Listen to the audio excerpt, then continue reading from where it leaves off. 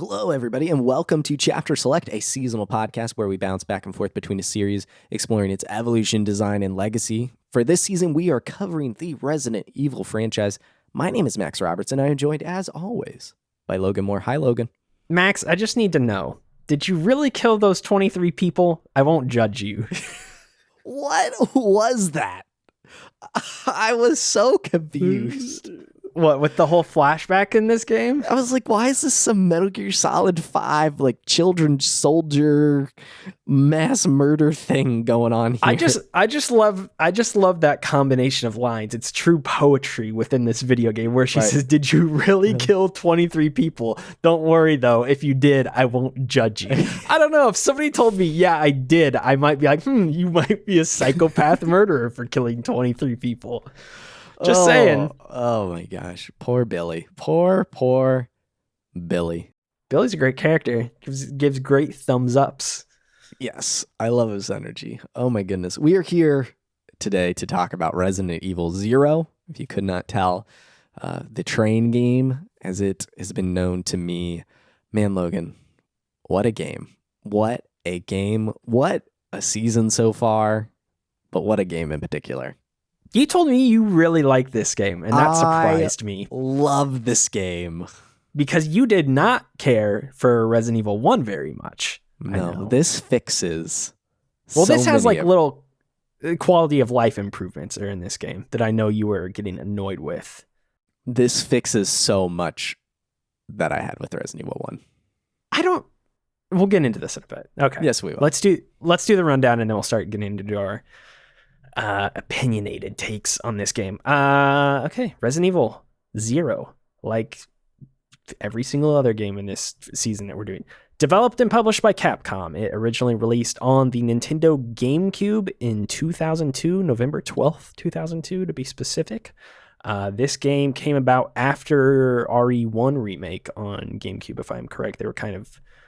They remade that game in that style, and then they're like, hey, we have made a game in this cool, fancy style, in this remake style. What if we made another one? And lo and behold, RE0 came from that. Resident Evil remake on GameCube was March 22nd, 2002. So this was just... Okay, so same year. Same year, a few months before. Okay.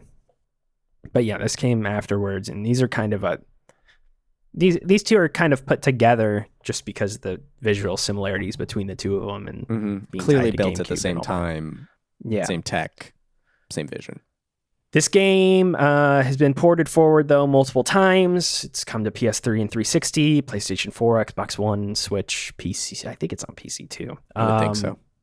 It's on everything. It remains widely accessible, which is kind of surprising because this one is not bad in the series, but no one when they talk about Resident Evil is really ever like, yeah, Resident Evil 0, baby. Like, it's just kind of the game that's there. I think in part it's because it's paired with Resident Evil 1 remake. Yeah. It's not standalone. So I think it's just by nature of being the same engine, the same time period, it's just bundled together. And Capcom's always good about remastering their stuff for the future. So it's really, I don't know, in some ways it's not a surprise. We're getting Mega Man legacy games back this year. Like they are always remastering weird old games from their past. The game director on this one was Koji Oda. The producer was Tatsuya Minami, and the composer on this game was Seiko Kobuchi. It scored on Metacritic at an 83 out of 100 average, which is pretty good. And it's got a fair number of reviews, and the user score is even higher. The user score is only based off of 250 reviews, but yeah, still interesting that this one seems to be quite well received, because I think the tenor around this one nowadays is that it's not very good and you don't need to play it. And in a lot of ways, that's 1,000% accurate, because the story in this game is not super relevant. Like, you're a huge prequel guy, and I know you always love it when any sort of story goes back with the prequel and fleshes out the story further. I think that this game's biggest fault potentially is that it really doesn't do anything to flesh out what happens in RE1 any further. Like, this game's final scene is quite literally here just being like, I think it's that mansion over there they were talking about. I'm going to go there now. And that's about it. Yeah. This does not do the prequel flesh out Umbrella Corp type thing well at all. That it's definitely lackluster in that department. Even with my love of prequels, this does not satiate that desire for good, fun prequels that actually add to the narrative on the whole. I would also say it doesn't do a whole lot with its two characters as well. We're talking about story stuff here, and we can let's just get into story stuff now, I guess, up front, rather than otherwise. I don't know. Rebecca's a fine character, but she doesn't really, she's thrust in the spotlight in this game, and I still feel like she's just kind of there. Like her whole, she doesn't feel like a unique character in the sense that I don't know anything about her. She is almost kind of in this game as a conduit to flesh out Billy, more so than her getting fleshed out in any sort of way herself. And in turn, Billy is kind of an interesting character, but this is his only entry in the entire series, and then he never shows up ever again, which is kind of fascinating in a series where they continue to bring back and introduce previous characters. Does Rebecca so what I'm saying is, come back at all? I don't think Rebecca does either, no. Well, Rebecca's in RE1, she's in right? RE1, yeah. But that's it, I believe. Okay. Rebecca is just a rookie. She's just kind of a clean slate, which mirrors, I suppose, if a player was truly starting out from zero with Resident Evil. That's not a terrible type of character to embody as half of your playable roster. But a lot of the intrigue is definitely thrust onto Billy, this escaped convict who has a tattoo, bad boy vibe. Obviously Resident Evil 4 was in development at the time, so the teams were probably aware of this type of energy that they were going forward with here. So it's 2000s. Yeah, so bad boy he's got stuff. the tank top and the tribal tattoo, and he listens to Linkin Park. Probably. So Billy's interesting in that way, just from a historical contextual period. But Billy himself, like you joked at the top of the show, is just, he killed 23 people, but it was framed upon him. And there was we were killing people out in Africa, I think is actually where they were. Yeah. I got major Metal Gear vibes from that, which felt so out of place. It felt genuinely out of place. The series does go to Africa eventually. I understand Africa that. Is kind of I just mean pivotal. The whole murdering children in Africa. That felt very out of place. Mm-hmm. And I still don't know how that's necessarily tied back to the evil that is at Umbrella and Raccoon City. It just felt like it was there for shock, not necessarily adding layers. Well, speaking of evil in this game as well, I feel like they did not know what to do with the villains either. They're like, okay, this is a prequel, so who can we bring back? Well, we'll throw Wesker in there because of course, and we'll throw Birkin in there too because he's been written out after Resident Evil 2, so we'll throw him back in there and show that he has much deeper roots in. That you didn't realize Birkin. That? No, because the order we're playing this, we had played 0 before 2, and I haven't played 2 in a few years. So I've recently wrapped up 2. And when you say Birkin now, that my ears perk up. I'm like, and I'm thinking to the cutscenes in 0, and that is Birkin. Interesting. Yeah. Okay. So they put Wesker and Birkin in just because they're the first 2 major bad guys of the first 2 games, and they're like, okay, we'll throw them back in this game, but they're not really. In fact, they're just in cutscenes. Yeah, well, they have a presence throughout this entire game. This is what's weird about how this game is structured, is they have a sort of lingering presence, and they're monitoring this situation that is going on with Rebecca and Billy and Marcus, who's the evil slug boy man who's out to get revenge and all that stuff. But the way that none of these threads ever converge in any sort of way, instead you just get to the end of the game and Marcus is just, rather than trying to take revenge on Umbrella, which has been his kind of proposed scheme the whole game, he's like, now we'll just attack Billy and Rebecca here, whatever, and he goes after them and then he dies, and then that's it. You never see anything from Wesker or Birkin again, which I get eventually you do in Resident Evil 1 and Resident Evil 2, but they never actually cross over with Marcus in this game, other than like watching what's going on cameras and stuff like that, which is a little bit strange that they set up these threads with all these characters and then just do nothing with them. Yeah, it's the wrong approach to a prequel where everyone's adjacent but no one's interacting. It doesn't change future events or shed light on future events in any real context. All it really is what if we had a guy who was injected with a slug controlling virus and he's super old now and he's as old as the founder of Umbrella or something. Like that's all it's really. Well, I think something cool that they could have done in this game is at this point in the series or in the timeline or whatever, like Rebecca and them don't know that Wesker is a double agent bad boy. Mm-hmm. So you could have had Wesker come in and like team up with Rebecca and Billy or something like that to take down Marcus. And in Rebecca's mind, she would have just been like, wow, thanks. A fellow STARS agent is helping me out. Thanks, Albert. But they don't even do anything like that because they all kind of had a common foe in Marcus there. But yeah, like you said, all the characters just kind of sit adjacent to one another and nothing ever really happens between all of the main players in this game, which would be that's a cast of about 5 people. And that's the main cast of the game. No one else really ever shows up otherwise, other than a few odds and ends characters, like some of the STARS agents at the beginning and then one of them near the end as well. But yeah, I don't know. The story in this game, again, I don't feel like you're ever really playing the Resident Evil games strictly for the story, especially with some of these older ones. But even I think it's merits as a prequel, like we said. They could have done a lot more here that would have been fun. It doesn't have the sort of schlock that early Resident Evil games have, or even Resident Evil games in general either. It takes itself a little bit too seriously, and tonally it's just a bit bizarre. The writing is funny though, as I mentioned at the top with the whole like you kill 23 people. The writing is consistently bad and not very good, and that stuff is where it's sort of a B movie level. But otherwise, yeah, not a whole lot going on with the story in this game. You know, you were talking about Wesker. I mean, you technically can play as Wesker. You can. Did you do that afterwards? I looked it up. I didn't dabble with Wesker mode, but I thought that was kind of neat. Yeah, I went back and did it for a couple minutes, just that initial part on the train there.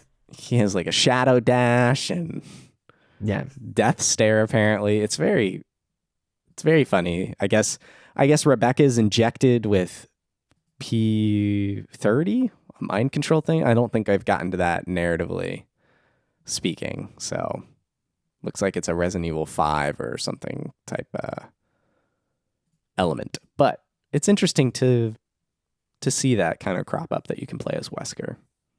Yeah.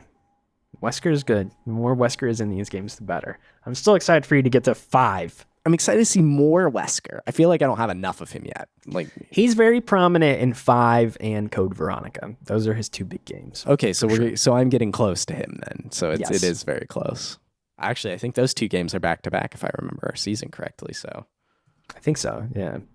So let's talk about this game mechanically, though, and in how it functions, because it is very unique compared to the larger series. At least, well, there's co-op in this game, but it's co-op with yourself, sort of. You have 2 player-controlled characters, so it's not really co-op at all. But in that way, the puzzles are much different. The way you're getting around is much different.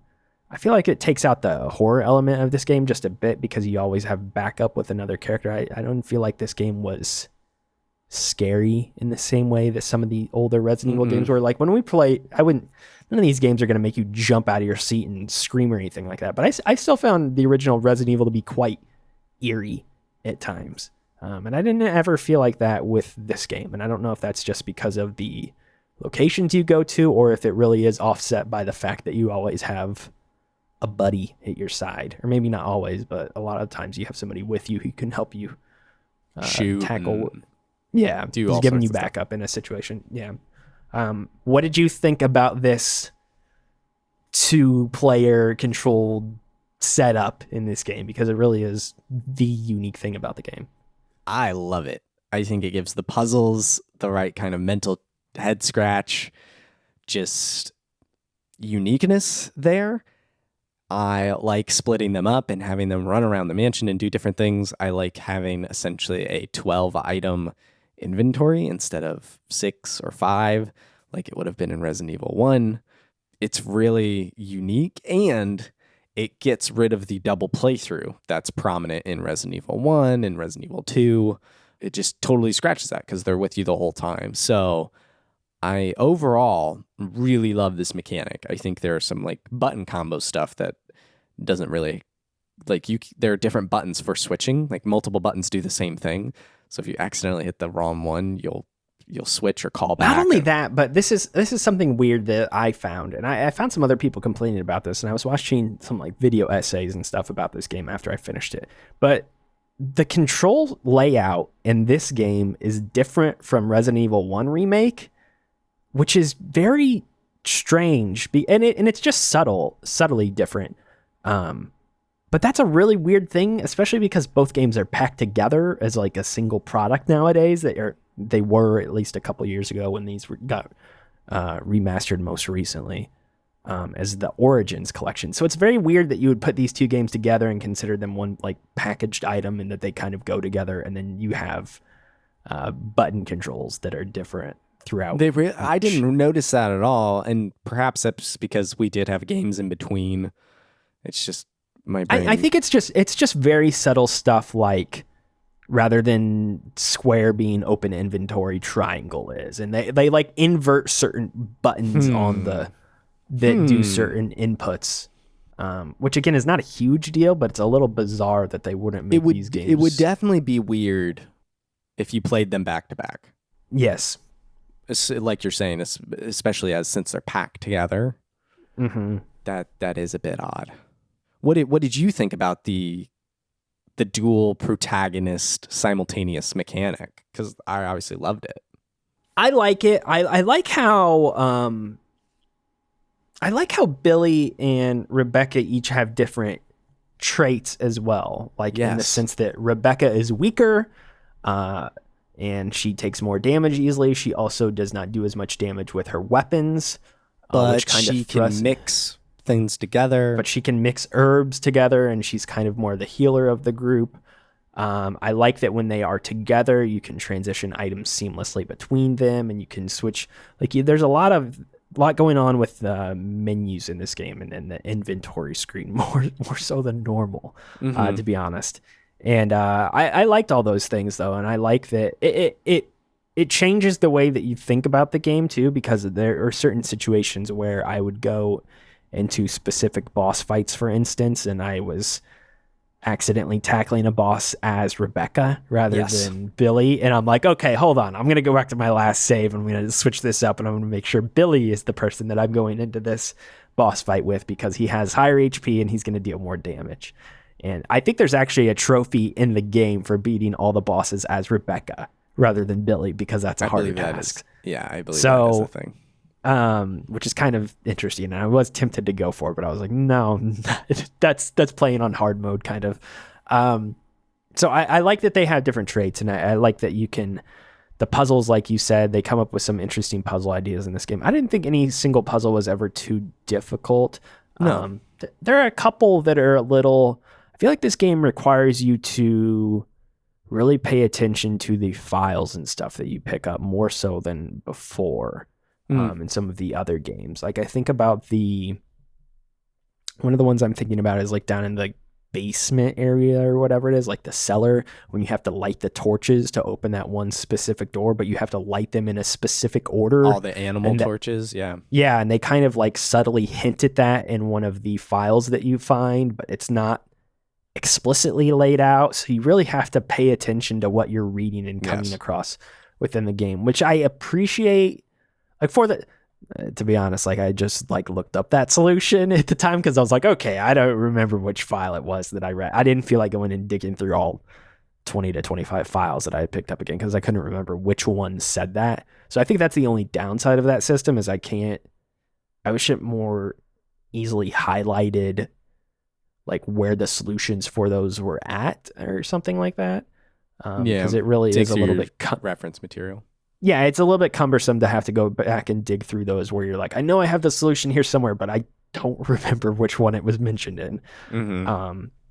But I still like that system overall because it does engage you more as the player. There was one puzzle in particular that I was actually a bit frustrated with, which is toward the end of the game. You are, as Rebecca, supposed to combine, I think, the red and the green chemicals. For the battery?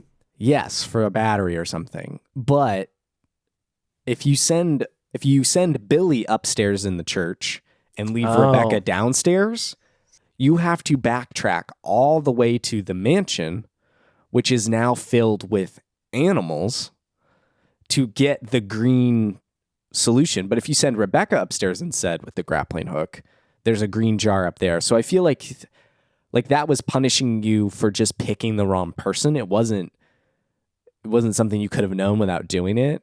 That actually I resulted in me backtracking, getting it, having so little health that I was like, screw this, reloaded a save and sent Rebecca up instead and was able to easily get the solution. I know that exact part of the game you're talking about because I ran into the same problem, except I had green on me already and I needed the red. And luckily I found out that there's a red chemical like right around the corner where the slime boy spawns or whatever in that hallway. And so that saved me. Because otherwise, I thought I was going to have to reload that red the is same downstairs, save. but green is like at the start of the game. Yeah, I don't know why they did it like that, and it was frustrating at the time, and so I just reloaded a save. Well, those canisters don't really stand out in the environment either. I didn't even know you could interact with them. Yeah, they don't really do a good job of telling you that those are things you need to interact with and that you need to add those chemicals to your mixing set. And like they do mention chemicals like, oh, if you mix this and this and it makes this. And so there's a couple, there's one of those files that outlines that. And it's like, okay, cool, but I don't know what that means. And that's just because, again, the game doesn't really, I feel like if they would have forced you somehow to take that first green chemical so that you could know that you can add it to your inventory, or if they added a puzzle with it more like up front, I think that would have been a better choice. Yeah, because then it becomes clear that you need to do those sorts of things and be on the lookout for that. Because that's really the only first time in the game that it asks you to do something with the chemicals, I believe, because you have to like melt the thing that you get from the upstairs and it creates a key and then it lets you go through the door. And exactly. Yeah, that's like the first time you have to use it. Yeah, there are a couple annoying puzzles like that in this game that I had to reload a couple saves sometimes to make sure that I was doing things in the proper order and that I wasn't getting stuck. And the right character doing the right thing. Yeah, because I did the exact same thing where I sent Billy upstairs. Also, can we just talk about the hookshot being horrible as well? Like you mentioned that you love having 12 item slots. The game forces you to carry the hookshot with you until like 3/4 of the way through the game. Yes. And it like that is one thing that I really hate. And we can get into a larger discussion about the inventory management stuff here because I have to, like, the lack of an item box in this game is it's insane. Like you are just tossing stuff on the ground left and right. And I feel like that's the main thing that this game forces you. Like if there would have just been item boxes, like you need the hook shot, for instance, on the train, but then you don't need it again until that church section you mentioned, which if you're playing this and you're not a speedrunner, I'm going to say is 3 to 4 hours later in the game or something like that. Yeah, it's kind of like the definitive halfway point, if not even further than that. Yeah. And so I left the hook shot, grapple hook, whatever it's called, in the front of the mansion by the save spot. That's kind of a dumping ground early on. Yeah. And when you get to the church and you get inside, you need it to go up through the roof after you fight the bat. And it's like, well, now I have to walk through the whole. Yep. And get this, after you fight the bat, that's when the mansion fills up with monkeys. Yep. So when I realized that, I just reloaded the save and went and got the hook shot and brought all that stuff forward with me. And then fought the bat. That way I didn't have to go through the monkey-infested house. There are a couple instances like that in the game where like you are finally progressing, and you're moving to the next part of what you are going to be doing. And yeah, the game doesn't really convey. The other thing with the hook shot that in particular, when you use it for the final time, the game does not tell you like most of like with key cards or something like that. It's like, oh, hey, you don't need this anymore. So just toss it. And it's like, okay, yep. Hook shot does not do that. So you're like keeping the hook shot with you because you're like, I don't know if I'm going to need this. I don't want to get stuck or something. And it's just taking up 2 spots the whole time, which then you said like, oh, it's great that we have 12 slots. And it's like, well, you always got to account for 2 of them being the hook shot if you're ever going any one direction. And then you want to keep the grenade launcher and you want to keep the shotgun or whatever. And it's all of a sudden you're like, okay, great. That's half of my item slots combined. What am I going to do with the other 6? So it fills up very quickly. It does. The hook shot is egregious, but this is probably my favorite inventory system so far. And what I mean by that is the ability to drop items and they stay present in the world and you can pick them back up. Incredible. Changes the series. Why is this not a thing going forward? I'm flabbergasted. It was so liberating to just be like, I need whatever item I just found. I'm going to drop this here. I'll come back for it. But then I would argue that leads to more backtracking than ever before. Like kind of like you mentioned, like, oh, well, I dropped this here, but now I'm in a completely different, I'm at the church and I need to go back to the manor, like the entryway. That sucks. Like that does fun. Suck. I think for things like the grappling hook, that hurts a lot because you weren't sure if you need it or not. But for more generic items, plants and health, ammo, guns. I think of like the gas tanks and the bottles where it's like, okay, cool. I'll set this down because I assume I'll find gas later and then I can make a Molotov or something. Yeah. And so like you're kind of anything you can combine, I think is good to just throw on the ground because you know you'll be able to combine it with something else later on. Yeah. And to me, one of my big issues in Resident Evil 1 was the mansion just felt too familiar. Like no rooms really stood out as unique. I think this game in general is more unique as far as just the spacing and environments that you're exploring in the mansion and then outside of it as well. It's a bit more linear too, this game, I think. Oh, it's super linear, which is another thing I love about this game. But the items also, being able to drop them and leave them in places, helped me remember rooms better and environment spaces. Like I dropped this gas can in the blue room with statues. Like it created an association to the space beyond what enemies were in there before I killed them or what door it may or may not have been locked here. And that, combine that with the map, which shows you which items are in which rooms you left them behind in, makes the map far more useful than it was in Resident Evil 1. Not as useful as it goes on to be in later games, but I really love the permeance of items in this game. Even if it does bite you in the butt with some key items later on, like the grappling hook, and that is frustrating for sure.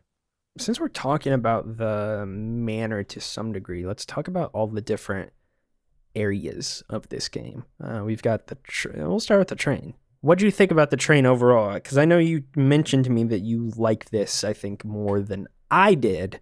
I actually like the train as an opening. It's just so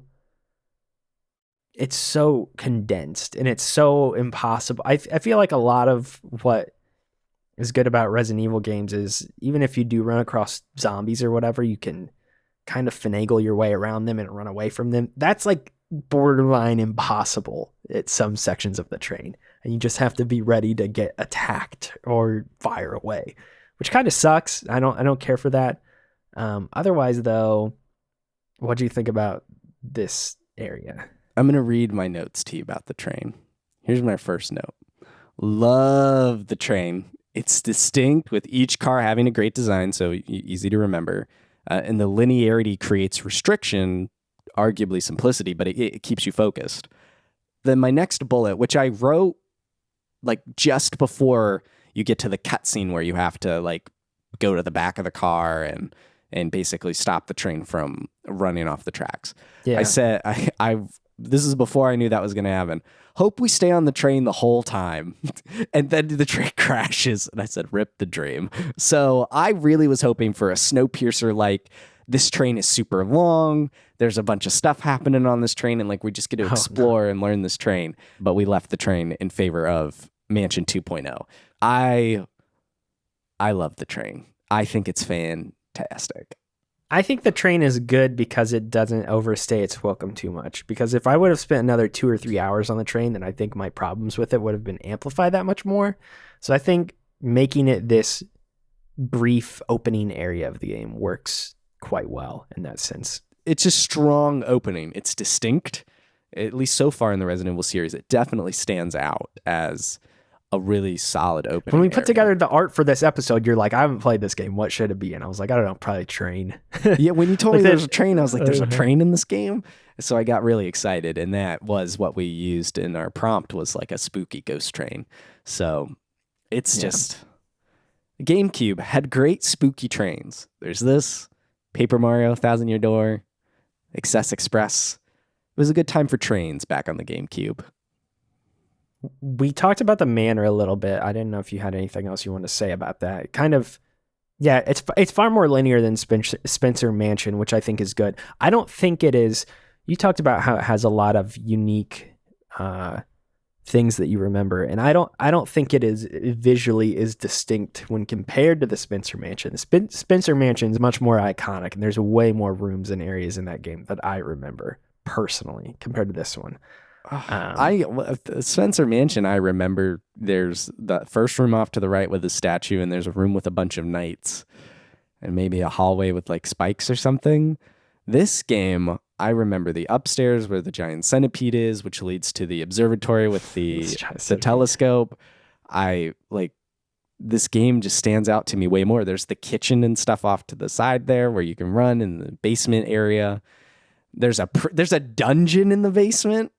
There's less iconic spots in this one. Like there are like key places within. I'm not saying that the manor in this one is like completely unmemorable, but I think the Spencer Mansion just stands out far more in my mind. Okay, maybe that's a timing thing too, because I've played RE1 multiple times, and and I've only played both of these once. I really did prefer the research manor laboratory place.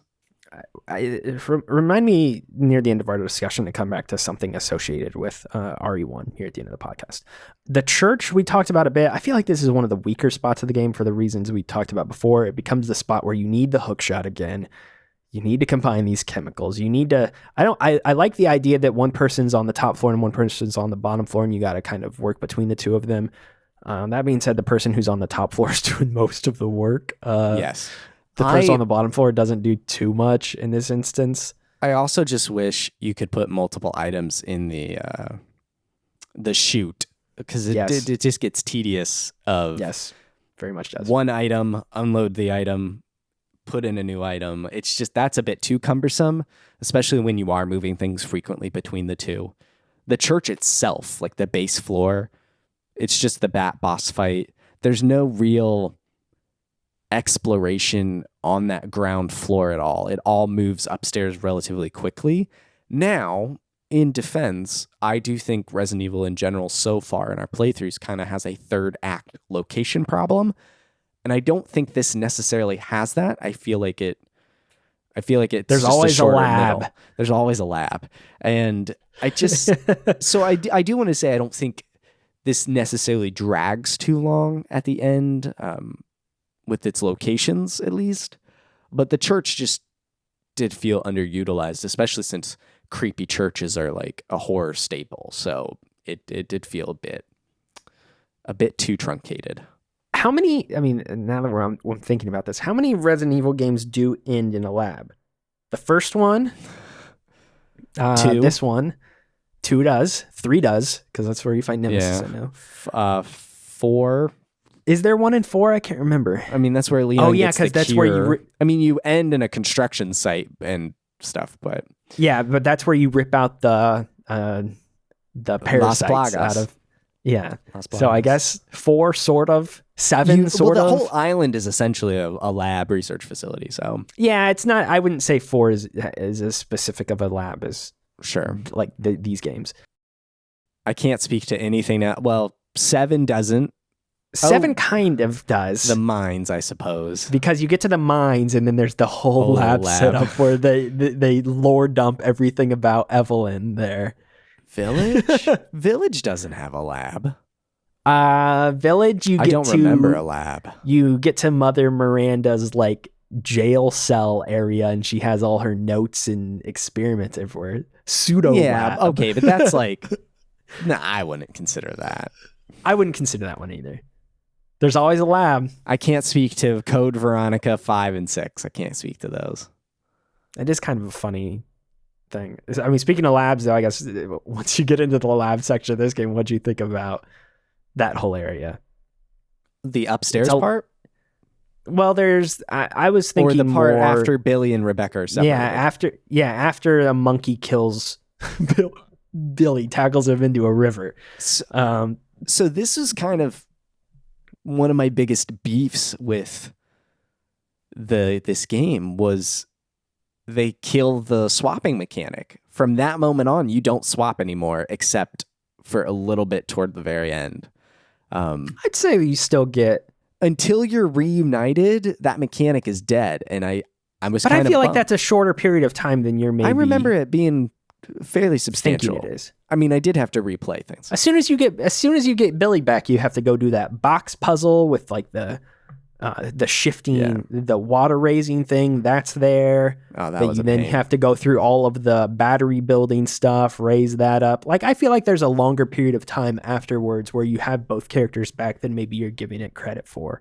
Okay, honestly, maybe that's about the final 90 minutes to 2 hours of the game. I would say you're only separated for maybe 45 to 60 minutes, if that. So yeah, I just didn't like it. I don't know, just that. I do agree that it kills the unique aspect of the game, which is, and also you just really don't swapping. play as Billy a lot at the very end there. Like Billy just falls in the water and is alive, like has full health and survives all this stuff. Rebecca really has kind of a slog there at the end, especially if you don't manage your items and health well.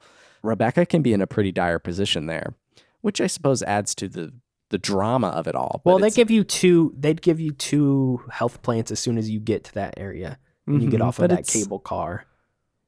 Yeah. I was an item hog to a degree. I was trying to manage everything pretty strictly. It's fine. It's a stretch of space and you're connecting things and it's like only Rebecca can go in the box, so you're splitting them up again. It's okay. It doesn't stay too long though. I will say that. Like the lab pretty quickly gets you to the end and you're fighting Marcus and all that stuff. It doesn't, it's fine. There is always a lab, I guess, though. Let's talk about the boss fights in this game. Because I think one of my favorite aspects of this game, and probably one of my favorite things about Resident Evil in general, is that this is a series that is about zombies. Oh, no. And for some reason, no, mutated animals keep showing up in these games. There is. You liked this? I mean, I wouldn't say I like it. I think it's hilarious that a giant scorpion falls through a train car. Okay. Or a giant centipede shows up, or a large bat appears, or a snake appears in it or explains a giant the spider. Snake in RE1, doesn't it? Sort of. The snake, the spider, like there's just all these across Resident Evil 0 and Resident Evil 1, there are just large animals and insects that keep appearing out of nowhere. And I don't think it is good. I just think it is very funny that there is this series where they have a lot. They could do so much with the bosses in this series, and they're like, what if large bat? Yes, that's a great idea. Large bat is the boss. It's so silly. Okay, I can agree with that because I was not a fan of the animals predominantly being the enemy type of this game in general.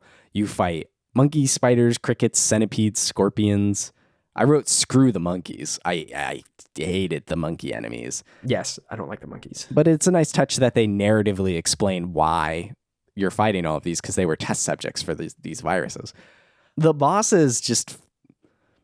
while memorable because it's a giant centipede or scorpion or thing like that, they're not memorable in the sense of Tyrant, Mr. X, Nemesis. You know, they aren't as strong or distinct as the monsters you actually fight. And I was pretty sick of the animal stuff here really quick in the game. So I wasn't a big fan. The final boss also just was annoying, but not in the this is tough annoying, more in the annoying way, where it just like stay away from Rebecca. Distraction. You can't actually damage it, really. You can just kind of distract it. All it is keep it distracted until the clock runs down. So the final boss fight itself is not really a fight, more just a endurance test. Yeah.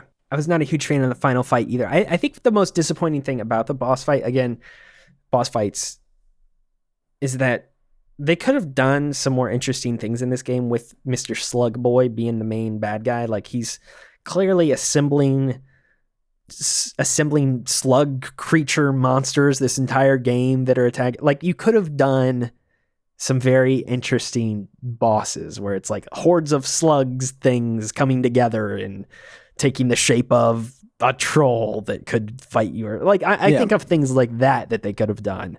And it would have had Marcus permeate throughout the story a little bit more and would have been like more of a direct confrontation with him that you're having throughout the course of the game. And instead it's just, oh, there's a large scorpion that's appeared out of nowhere and is now attacking me. What should I do? What did you think of you call them slugs. I thought of them as leeches, but I think you actually are right. I think they might actually be slugs. I don't know. No, they're kind of both. Whatever, slimy little things. The slimy little things. What did you think of those enemies, though? The Marcus. Oh, I hated those clones. Hated them as in they were scary and tough, or hated them as in these hated are bad? Them as in they messed me up. Yeah, they are hard. They were the kind of enemy when I saw them, I ran away. I was like, I need to reassess how I'm approaching this situation. Because they're fast. Yep. Bullets don't really do much damage to them. You need either the grenade launcher or the Molotovs to really dispatch them quickly. And if you don't have those, then I was like kind of more often than not, if I saw them and I wasn't equipped to take one down in the moment and it was near like a key part of the map that I needed to be at, then I would run, or I would try to quickly kill them with the items I mentioned I had on me. I wouldn't ever try to waste my shotgun ammo or my pistol ammo on them, though, because it just felt like a huge waste of time. Yeah.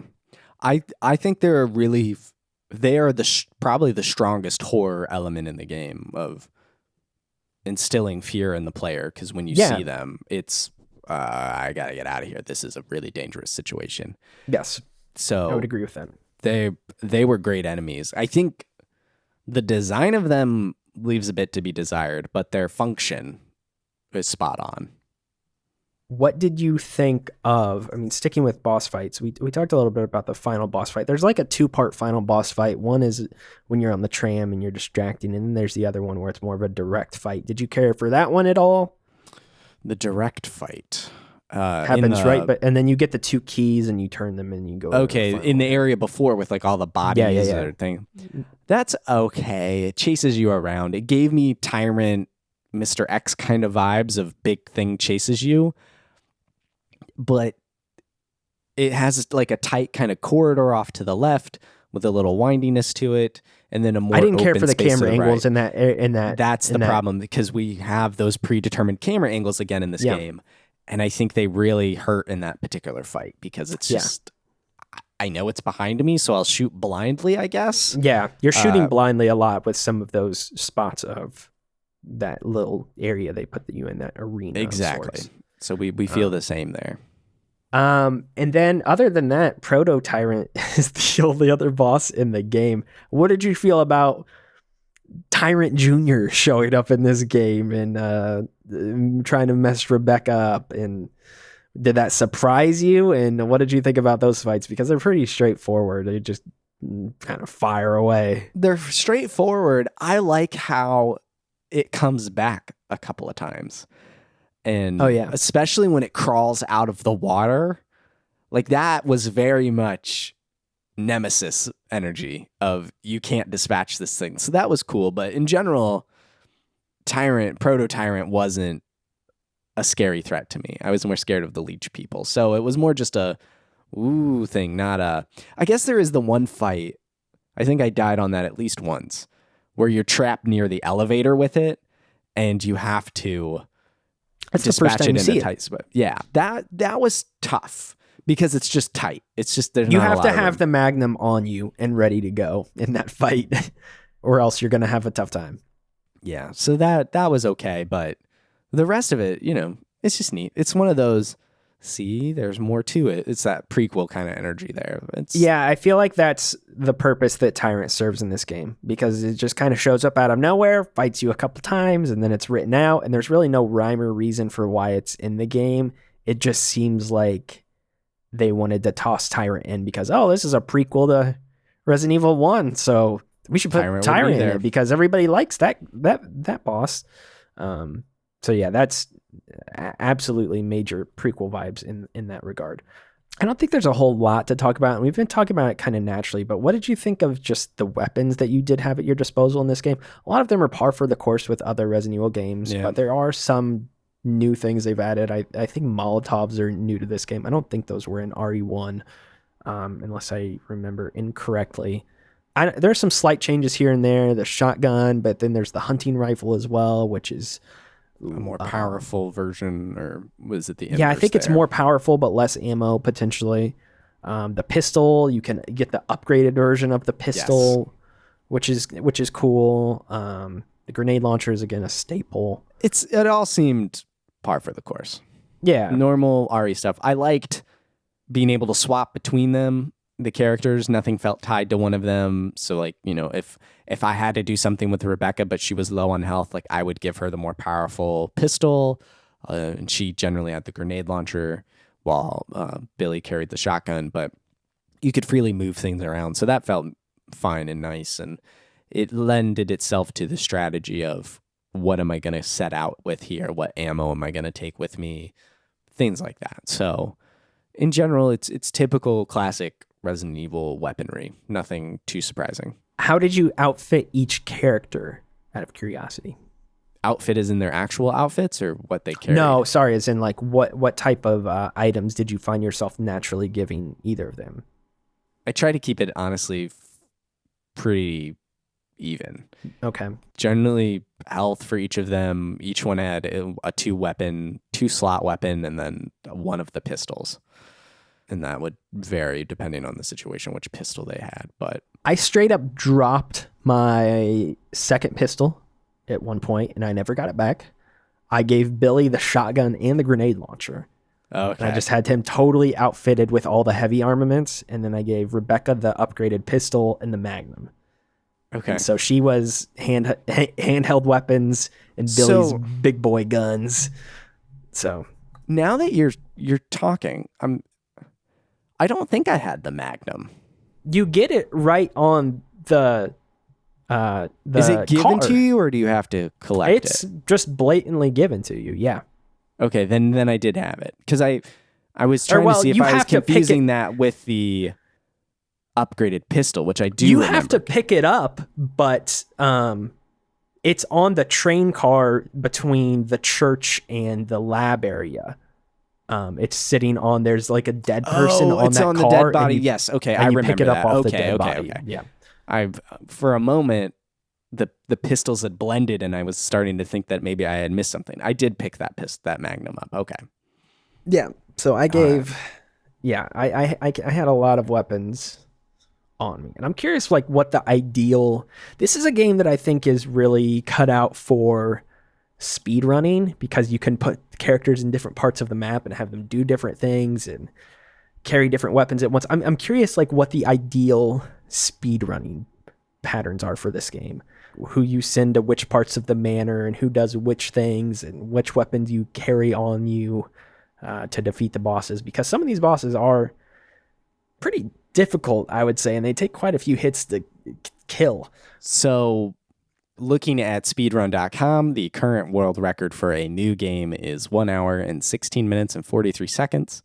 New Game Plus 112, Wesker Mode 111. Knife only 90 minutes. All held by Pessimism, which looks to be a Chinese speedrunner playing on PC. So fascinating. Interesting. Very, very interesting. It's always curious. I'm always curious to see, like, I'm not a huge speedrun guy, both in practice and like viewing it. Like, I'm not an SGDQ person like you are. Yeah. But I am always interested in the Resident Evil scene in particular. I feel like because these games naturally have lended themselves to faster and faster runs. They feel video gamey in that way. They encourage more playthroughs, especially the remakes where they give you like new weapons. There's stuff with infinite ammo. Like it gets arcadey at the end, and it's how fast can you get through it. The Resident Evil series just feels like something that has always lent itself to optimization and speed, which is, I think, unique for such a major franchise to lean into that still to this day. It's something that Capcom definitely like designs their game. You can tell they design like pretty much all these games with it in mind to some degree, especially like 7 and 8 as well. I don't know about maybe as much 5 and 6. Let's talk about music real quick, because I don't think there's a lot to talk about, and then we're going to circle back around to the thing involving RE1 that I said I wanted to speak about. Anything about the music staying out to you in this game? I wrote the save theme is a little tweaked, so save theme is the RE staple. There is music during the train break sequence chase where you're running to the back. I thought that was pretty good. I noticed that and wrote it down. And I wrote music when bad guy pops out of fridge. So there's some music when that happens that apparently I liked as well. It's more of that old style music.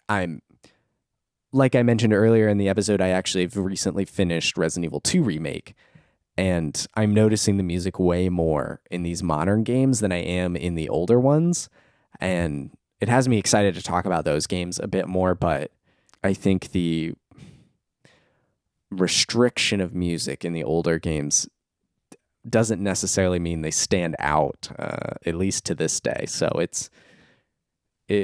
it's good when it's there. I like it, but I couldn't pick out a theme this time around or anything like that outside of the 3 I wrote down, apparently. So, yeah, I don't think there is much to write home about in this soundtrack other than what you already said. Honestly, the save theme again stands out, which is always the case with these games. But then the way that they use the music sparingly and throughout the game as well, I think is good. Also, there is one problem that I noticed in some areas of the game, because different sections have different themes, obviously. The tracks loop whenever you walk through a door. Ooh. And that's kind of annoying, because if you're jumping in between hallways quickly or something like that, the track restarts over. And I picked up on that. That was one thing that kind of got annoying at certain times in the game, and it wasn't such like that I was getting like really bothered by it or anything, but it was a little bit strange. I wish that would have been seamless between rooms and corridors and all that stuff. But yeah, music was fine overall. Okay, before we wrap up with Legacy, I feel like we've talked about essentially everything else, but I did want to ask you one thing. Okay. I think when we did our Resident Evil 1 episode, you were pretty down on that game in a lot of ways. And part of me was like, okay, Max's opinion, I believe, will change as we play more of these games. And I think you're going to come to respect the older style of Resident Evil games. And in some ways, I feel like that is true here, because you like this game now. And you're like, yeah, I like this format. I like this style. This is fun. Good. Yeah. And I think you'll like Code Veronica as well. Maybe I'm wrong, but I think you'll dig that game too. So I'm curious if in retrospect you think if you went back to Resident Evil 1 now that you kind of know how these games are structured and a little bit more of what you're getting into, if you think you would be a little bit more into that game now? Like, have you thought of this at all yourself? Not that you didn't give Resident Evil 1 a fair shake, but now that you've gotten accustomed to what to expect with these games. And obviously there's a lot of quality of life problems that we talked about in our Resident Evil 1 episode with that game. So I understand all those complaints, and I have those same complaints. But do you think if you went back and played that game now, maybe you would appreciate it or like it a little bit more because you've kind of? I think that's the problem, though. I think I love retro games. I love playing old games. So don't mistake me as some youthful person here. But I do think maybe I'm just the quality of life stuff that was introduced with Zero and going forward, Zero, and then Resident Evil 4 obviously just changes everything. And I have issues with that game as well, just mechanically. That was definitely fixed in the VR version, and I'm most assuredly it has to be fixed here in the upcoming remake for that. But maybe I'm just too used to modern Resident Evil, which arguably started here with Zero, and then 4, and then now we get the remakes that are defining the franchise to this day. But when I think back to 1, what were my issues? It was inventory management. It was item permanence. It was difficulty navigating a space that was too samey. The map wasn't useful. Just things like that. Like there were just these small frustrations, the death by 1,000 cuts essentially. The idea of Resident Evil 1 I enjoy a lot, but I think the execution left a lot. It was too bumpy. So you're saying they should remake the remake at this point?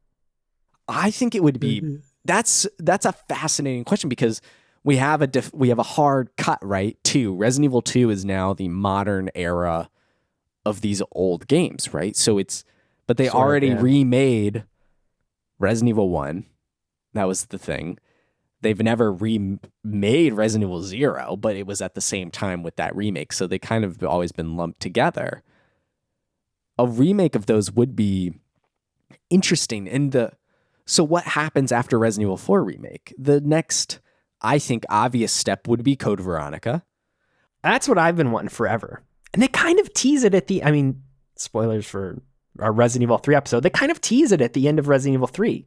And it got me hyped for it. And recently, Capcom actually shut down a fan remake project for Code Veronica, which... It's their IP. They could shut it down whenever they want. That's not necessarily indicative of a new project in that world. Lord knows Nintendo does that all the time. So, that's not indicative. But Capcom in general seems a bit more lenient with fans modifying their games, or sometimes, I think. So I will say in my day job, the only emails I've ever gotten from companies that have been like, we need you to take this down off your website now, is Capcom. And those emails always stem from Capcom's Japanese offices. And then we take them to PR and we're like, should we do anything about this? And they're like, just ignore it. It's okay. You're fine. So Capcom is kind of uppity at times. Okay, I'll roll with it. But after Code Veronica, do they remake 5 and 6? Do they remake what I understand at this time, the black sheep of the series? Do they pour and remake co-op games, or do they maybe leave those untouched? Yeah, I don't know. It's a really interesting thing. I think Zero should get a remake because it is kind of one game that has never been retouched. I don't know if Zero remake moves the needle. I would say Code Veronica would move. Code Veronica I think should be next. But after that, where do they go?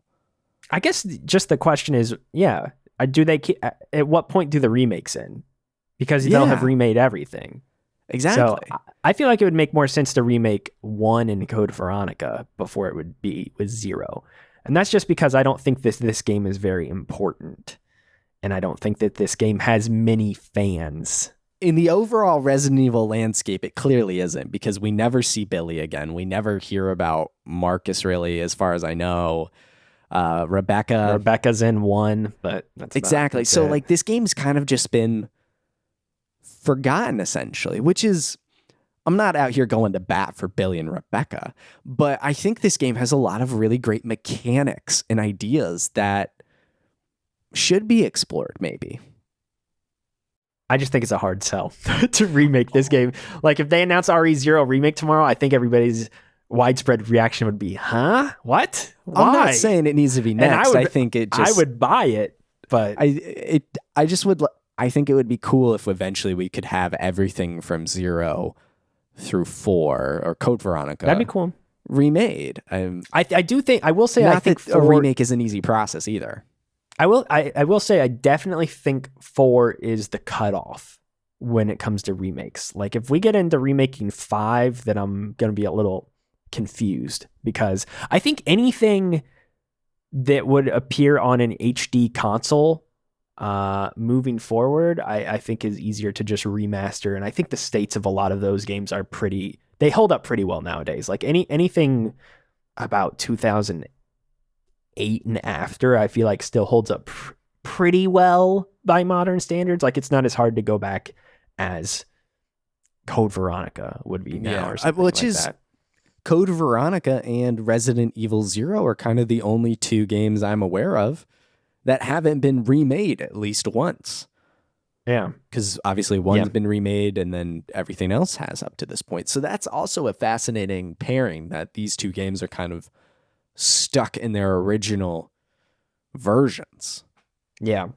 I think I mean, to maybe open it up a bit more here, because I think we're kind of naturally doing this now, talking about this game's legacy and stuff, which we were going to lead into here. But what is this game's legacy? I guess to me, it's just that it's sort of the black sheep of the series. I don't think it's bad. I don't think it's particularly amazing either. It's just kind of there. If you want a game that is going to show you what old school Resident Evil is or was with a spin, obviously the 2-player controlled character thing is the spin of this game. But it really does dilute the basics of the old formula down. And that's about all that it is. I just feel like it's the one entry that's kind of there, especially if we're talking about the main core, 10 entries, 10 entries. Sure. Something like that. I think of it in a couple of ways. And one of them is from a historical perspective of this game was birthed out of a recent deal and partnership with Nintendo where Resident Evil goes exclusive for a hot minute on GameCube. And I always think of this, now I think of this, I should say. I think of this now kind of like Metroid Prime and Metroid Fusion, where those games launched alongside each other roughly. I think those were a week or so apart, maybe not, if not the same day. But it was after a drought of no games, and then finally we get these 2 versions of it. And while there's never really been a drought of Resident Evil games per se, Resident Evil Remake on GameCube was this push forward with new tech, new engine, bringing a classic to a modern audience on powerful hardware. And then Resident Evil 0 launches 6 or 7 months later, and it's a brand new game using this engine and assets and expanding on what would at the time a modern version of Resident Evil 1 be, and that was 0. And so it's a place where they experimented, but also kind of did you could also think of this like the Majora's Mask equivalent of, we have the same assets, we have the same console, what can we make in a shorter developmental period of time? How can we push this forward and experiment with it? And 0 gets that. I think the story is totally bleh. It's fluff. It doesn't add anything to the world or lore that's really gripping and engaging. Yeah. But mechanically, this game has some cool ideas. And some ideas I think should still be in Resident Evil today. I'm surprised that they aren't really. So it's an interesting game to be for sure. But it's not, it's not one the fans really are chomping at the bit to play over and over again. It's one I'm glad we put in our lineup for this season, though, because I really do think it is fascinating to go back to and experience. And again, it's not wholly important. I think we could have just as easily not played this game, but it's interesting, and it gives you a lot of larger context for the series and where Capcom's been going and stuff like that over the past 20 years. It's really a cool game. And honestly, I mean, I'm sitting here thinking about it. Resident Evil 7, like we talked about, a reinvention of the series, trying to save it, a new engine. And then we go back and we remade 2, and then they remade 3. So they're bringing in those modern conventions again from 7, refining it in these remakes. Then there's Village. It's almost the same exact strategy, just new age, new tech, new entries, and new style of gameplay, essentially with the first person and whatnot. So it's really fascinating contextually, both for Capcom and the series on the whole. I think the one thing I will say to end here for myself is so we're going to moving forward this season, and we're playing Resident Evil 2 Remake and Resident Evil 3 Remake, and we're not playing the originals. Mm-hmm. I would be so curious to see what you think about those games in their original states, because they are much different. At least I would say 2 Remake is sticks pretty close, I believe. 3 is much different, just because it's so different mechanically with how Nemesis functions in the original game and stuff like that. I would be fascinated to see what you would think about those games in their original states, because I have played those, but it's been very long since I've played those. And not only that, but we've now played, of the Resident Evil games in this style that we're playing over the course of this season, it is 1, 0, and Code Veronica. And Code Veronica chronologically is the latest game in the series, but it'll also be the earliest game in the series that we'll have released, because we've played these 2 other remakes that came out after it. Yes, and Code Veronica was in 2000. Yeah, so technically Code Veronica will be the oldest Resident Evil game you will have played. And I'm very fascinated in seeing, because I feel like in your own mind moving forward, you'd be like, oh, well, Code Veronica is going to be better naturally, and it'll improve on these things. That might not be the case. It might be worse in some ways, even in this game. So you're the way we've introduced you to these original Resident Evil games is kind of crazy and absurd in some ways, and it might toy with your brain. So I'm very much looking forward to playing that game when we do. That's what I love, and that's kind of the beauty of this bouncing back and forth that we do here on Chapter Select. It gives us the opportunity for unique perspectives and experiences, because this has so far been really a great trip. So I'm looking forward to it. I'm actually super jazzed to play Code Veronica here in a few games. So it's gonna be all fun till we get to 6, and then we'll weep. But I'm looking forward to doing that with you, not being alone. Yeah, that'll be fun as we suffer together. The game's not bad. Dedicated roundhouse kick button. That's what I always say about it. It may be the best game of them all. But I think that'll do it for Resident Evil 0. Thank you all so much for listening. If you'd like to listen to more seasons, you can go check out chapterselect.com. You can follow the show at Chapter Select. If you'd like to follow Logan, you can find him on Twitter at moreman12 and his writing over at comicbook.com. If you'd like, you can follow me on Twitter at maxroberts143 and my writing over at maxfrequency.net. Thank you so much for listening, and until next time, adios. Chapter Select is a Max Frequency production. This episode was researched, produced, and edited by me, Max Roberts. Season 5 is hosted by Logan Moore and myself. Season 5 is all about Resident Evil. For more on this season, go to chapterselect.com/season 5. Follow the show at Chapter Select and check out previous seasons at chapterselect.com.